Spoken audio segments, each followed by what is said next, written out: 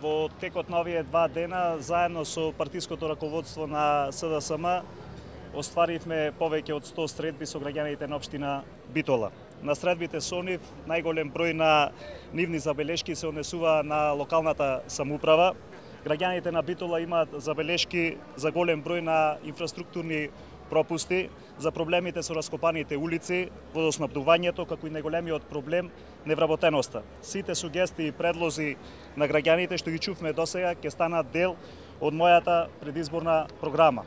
Дополнително, во рамките на проектот Отвори врата за иднината, од понеделник ќе продолжиме да ги посетуваме домовите на битолчани, да ги слушнеме нивните секојдневни проблеми, за кои ќе понудиме решенија во програмата. Ќе се нафатам да решавам еден по еден проблем, чекор по чекор.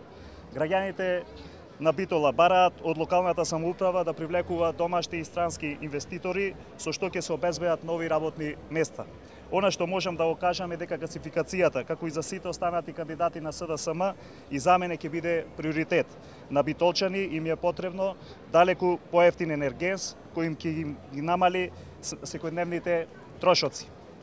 Меѓу другите мои приоритети ќе бидат носење на нов генерален урбанистички план како основа за модернизација и развој на Битола, развој на Пелистер како клучен туристички потенцијал, како за зимскиот туризам, така и за алтернативниот селски туризам на подпелистерскиот регион, создавање на услови за подобар локален економски развој, решавање на проблемите со водоснабдувањето.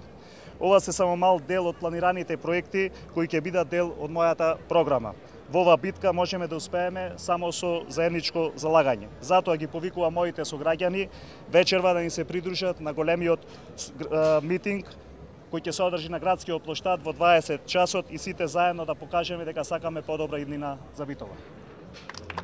Господине Диневски, вчера беше речено дека порано сте биле член на Социјалистичката партија, а во исто време некаде беше и прокоментирано дека како иден градоначалник ќе сте ја кроеле цената на струјата.